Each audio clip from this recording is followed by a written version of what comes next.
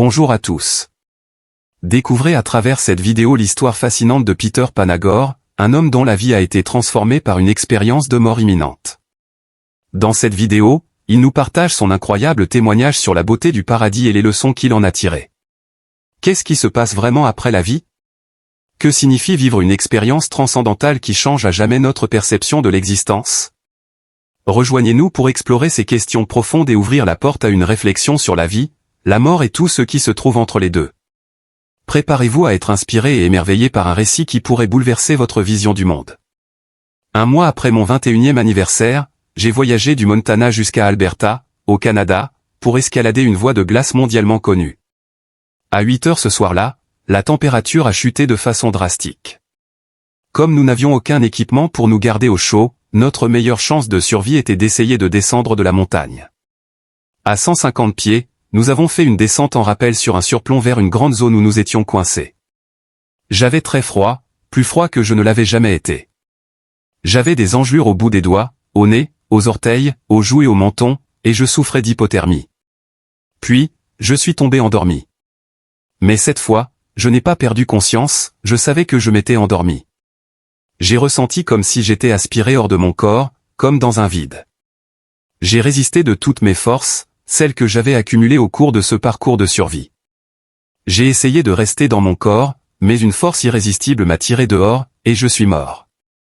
Je me suis retrouvé dans un grand vide sombre, infini, sans corps mais avec une pleine conscience, comme une sphère de conscience. Et devant moi, si j'avais un devant, se trouvait une gigantesque porte, mesurant 30 mètres de large et 70 mètres de haut.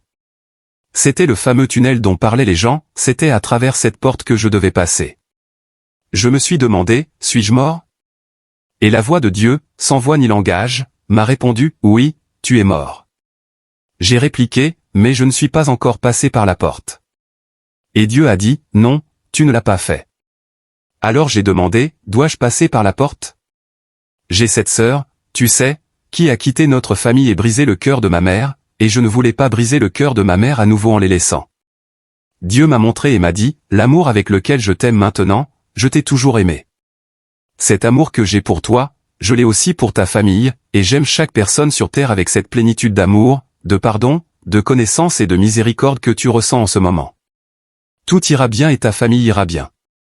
La prochaine chose que je savais, c'est que j'étais rentré dans mon corps comme une vis à glace que l'on utilise pour s'accrocher à la glace.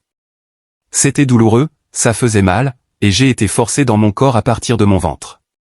Je me suis réveillé, et mon partenaire Tim me tenait par l'épaule, il était en train de crier, ne meurs pas, ne me laisse pas ici. J'ai gardé le silence sur ce qui s'était passé pendant près de 20 ans, et maintenant je raconte cette histoire parce que ce qu'il m'en reste, c'est que je sais que je suis connu, je sais que je suis aimé, et je sais que vous l'êtes aussi, que tout le monde l'est. Je sais que ce n'est pas la fin de la vie, mais simplement un passage vers la vraie vie. Et c'est si long, et c'est tout le temps que nous avons avant de pouvoir rentrer chez nous. J'attends de rentrer chez moi. Je prie pour cela tous les jours. Je suis impatient, c'est mon histoire. Merci d'avoir écouté mon histoire.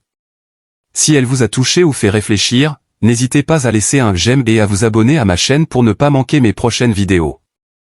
Votre soutien me motive à partager davantage d'expériences et de récits inspirants. Partagez vos pensées dans les commentaires ci-dessous, j'aimerais connaître votre avis. À très bientôt. C'était Éveil et Transformation.